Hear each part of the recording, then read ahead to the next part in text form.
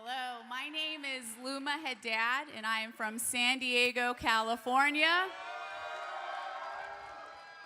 And I am an agent of disruption. I was born in San Francisco, California, to two immigrant, just every city represented here. Yeah, love it. Born and raised in San Francisco to two immigrant Arab parents who raised me in a Greek Orthodox Christian home. And it wasn't until middle school that I decided I wanted to take a deeper look at who Jesus was. So it was a little van ride up to a Nazarene church on a hill in which two people sat down and told me that God knew me by name and loved me and had a plan for my life. 4 words came out of my mouth. That is so fresh. It was the freshest news I had ever heard, that my Creator wanted to do an incredible work in my heart and then use me as an urban youth. It was at an urban youth conference that I heard Jesus tell me at the age of 15 that he was going to use me to be a voice for his generation. And I followed that dream through 2 inner city high schools, moving to the country of Jordan, and then back to a Nazarene University in San Diego, where I began my ministry with Young Life. We would drive down to the border in Mexico and work with a group of students. Half were gang members, half were dropouts, and even some teen moms. And we would play games for 2 hours a week. And for those 2 hours, we were disrupting the darkness and bringing light. Disrupting the darkness of fatherlessness and abuse and abandonment. And then fast forward 18 years later, I'm still in the same urban community, reaching students with the same message of light, that Jesus can and will transform your life if you let him. I think about girls like Jazz, who was homeless before her mom got a job, living in a car. I think of Chancho, whose father just got deported back to Mexico a couple months before his senior year is over. He's got to figure this out on his own. I think of Celeste, who became a teen mom, and shortly after the dad left, in foster care, living by herself. Jesus is transforming those students' lives because of the light that's come in. I think of my team from San Diego. 10 of them are here today. Half who are indigenous leaders, students who made a commitment to follow Christ. And God has used them to go back into their communities and speak truth. And if anybody's going to have an impact, it's going to be our indigenous leaders. They're going to have the most impact. And I think of implementing the discipleship toolkit at our schools. We get the privilege of going on high school and middle school campuses and sharing the gospel. We're not waiting for kids to come to our program or our building. We're taking the gospel to their neighborhoods, to their communities, to their schools.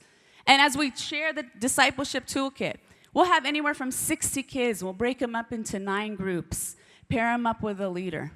And here these students get to have authentic, raw conversation, taking a deeper look at the gospel in a safe place with an adult leader who cares for them and who's willing to mentor and disciple them.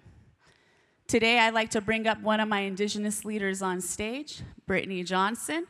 She's coming up. I met Brittany when she was 13 years old, and today she's 27 and single. Hey, where the fellas at? Where y'all at? But you got to go through me first. Oh, boy. And so Brittany, when I met her, she was at a really hard place in her life. She had a past of homelessness, drug abuse in her family, many deaths from illness and murder in her family, and even had to take her 2 little sisters and raise them.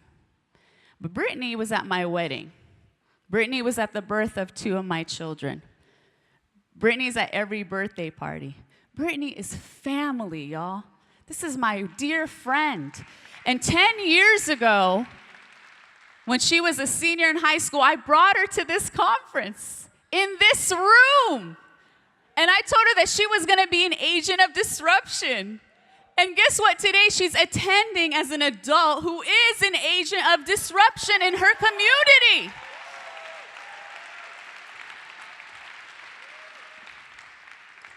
The reality is that Brittany's life necessarily hasn't gotten easier. Just last week, a member of her family committed suicide. And the reality is that it's still dark in places in our family, in places in our community. Some things haven't changed, but Brittany knows that God hasn't left her nor forsaken her.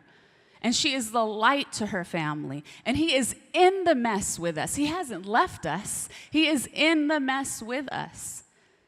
I'm going to use the same verse Sophia used because God had given it to both of us. I am the light of the world.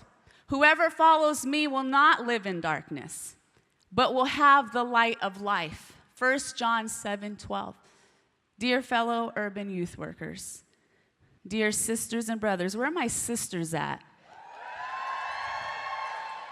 I'm going to let you ladies know something, that we need you to stay in this course. We need our sisters, and we need to bring more sisters up in here. So every time you meet a sister, you got to speak words of truth and look them in the eye and tell them that they are going to be agents of disruption. We need a whole line of agents of disruption behind us, following us. So when we go to do something else, there's other people that are going to step into the community and continue the work. Fellas, same thing. We need godly men. We need godly men who are going to train up young men, and they're going to train up men to be dads in this fatherless generation. We need you men to step up. And so my word of encouragement is to be the light of life in the community that God has called you, to continue to make agents of disruption, and to continue to be one. Don't lose heart. Don't lose hope. Thank you.